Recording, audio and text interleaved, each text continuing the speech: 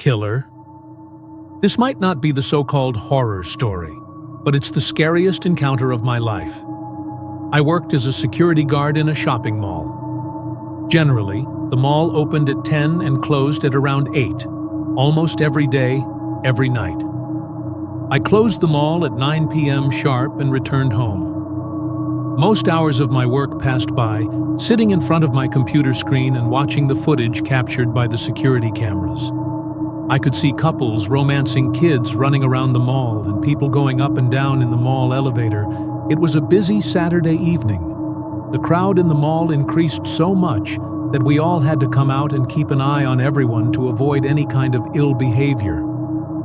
At around 7:30, people started to leave her home. I finally got back to the security room and sat down. My coworker Adam said, "What a hectic day." I told the manager not to put special offers on all the shops on the same day.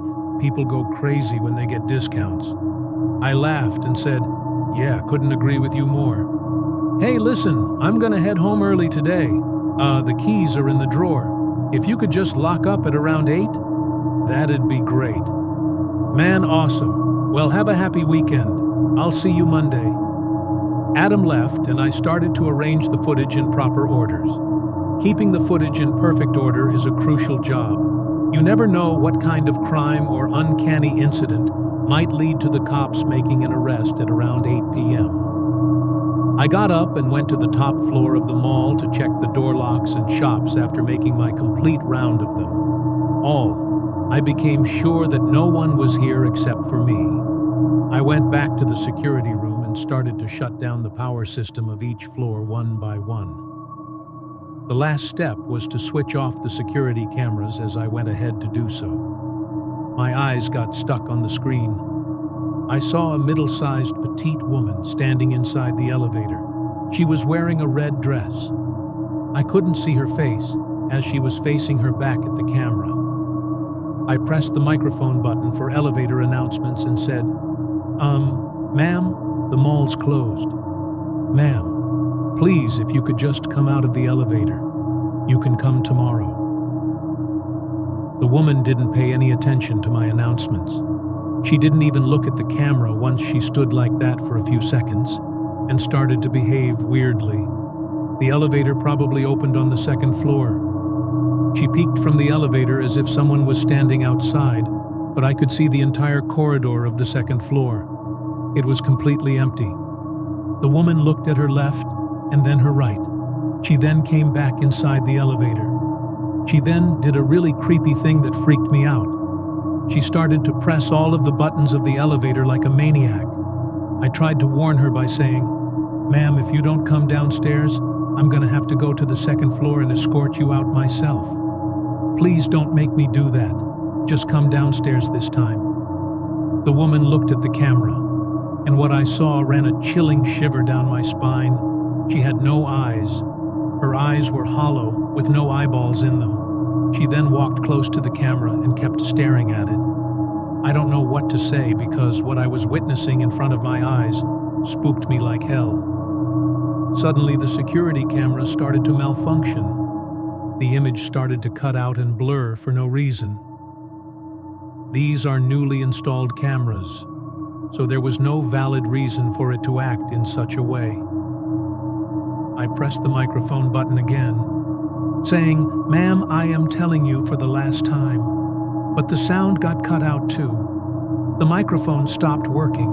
A coarse sound of wires crushing to each other surrounded the speakers. The elevator stopped at the top floor of the mall, which was the 4th floor. I saw the floor number flashing on the elevator screen. The footage was cutting on and off this whole time. As the elevator door opened, she looked at it and then again looked back at the camera and said in a whispering voice, "The roof." The camera stopped recording and the screen went black. I rushed towards the elevator and pressed the button. The elevator started to come down, which obviously pointed out that someone did go up on it before this woman. I was the last person to use the elevator, and I perfectly remember I came to the ground floor on it after making my usual rounds. The elevator door opened, and there was no one inside. I checked the entire mall. Once again, I even thought that she might have gone up to the roof, so I took the stairs to the roof. But the roof door was already locked, and Adam had the key, so there was no way that she could get up there.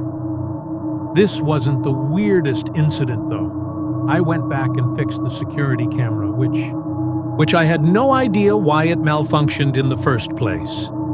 I then went through the footage again, and I found out there was no trace of this mystery woman in any footage of the last hour.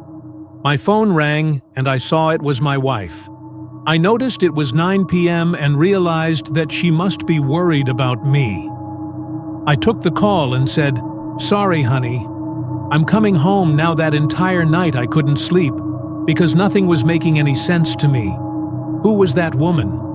Why did she tell me to go to the roof when it was locked in the first place?" The next day I woke up late. I sat down at the dinner table when suddenly my phone rang. "Hello," I said. A man with a serious voice replied, "Hey, this is Officer Pratt from the local police department. Are you Matthew Scott?" "Yes, what's the matter, officer?" I said in a surprised tone. "Can you come to the mall? We're running an inquiry here and we need all mall staff for the process." The man then hung up the phone. Getting a call from the cops is not something everyone enjoys to start their day with. That being said, I went to the mall.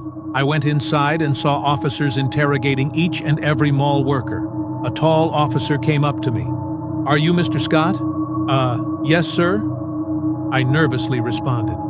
The officer then took out a small photograph and showed it to me. "Do you know this girl?" he said. My eyes widened in shock.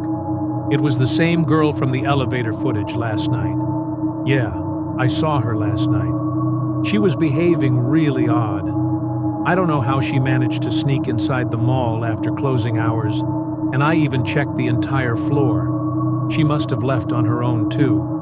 There was something really wrong with the way that she was behaving. After I finished saying all of this, I noticed everyone around me looking at each other.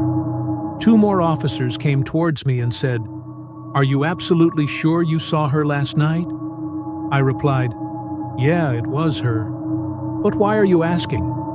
Officer Pratt looked at me and said, "Show me the elevator footage." Awkwardly, I said, "That's the weirdest part."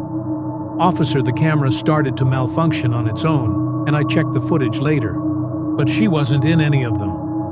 The officers exchanged a curious look among each other. Then one of them said, "This girl has been missing for a week now. Do you think we're stupid?" Drops of sweat started to appear on my forehead. What the hell is going on here? Officer Pratt then said, "Look, we have this information that the girl was last seen in the mall 1 week earlier. Show me the footage from last week." I knew that I was becoming a suspect for revealing the incidents that I encountered last night without any more delay. I took them to the security room and gave them all the footage they asked for. Within 3 hours, the cops spotted her coming into the mall, getting into the elevator and going to the 4th floor. The time showed 8 p.m. I was surprised to see her coming to the mall after the closing hours. Suddenly, I remembered Adam was in charge of that night. I told the cops how the girl told me to go to the roof last night, which I couldn't, as Adam keeps the roof key. The officers looked at Adam and said, "Give us the key to the roof." Unexpectedly, Adam tried to run away. The cops arrested him and broke into the roof after searching. The cops found the woman's body wrapped inside garbage bags and hidden under the water tank. Adam had apparently been cheating on his wife with this poor, innocent woman. She came to end things with him that night. She might have insulted him, which led to a fight between them. Things must have gotten out of hand, and Adam killed her by strangling her to death. He then hid her body on the roof to get away with the crime, or he might have planned to get rid of the body. When the time was right, maybe he was planning to do that soon, which is why her haunting spirit came to inform me last night. Are ghosts real? I don't know, but I can assure you that last night I did see the same girl in the elevator who who was laying dead for a week on the roof of this mall. Don't forget to subscribe.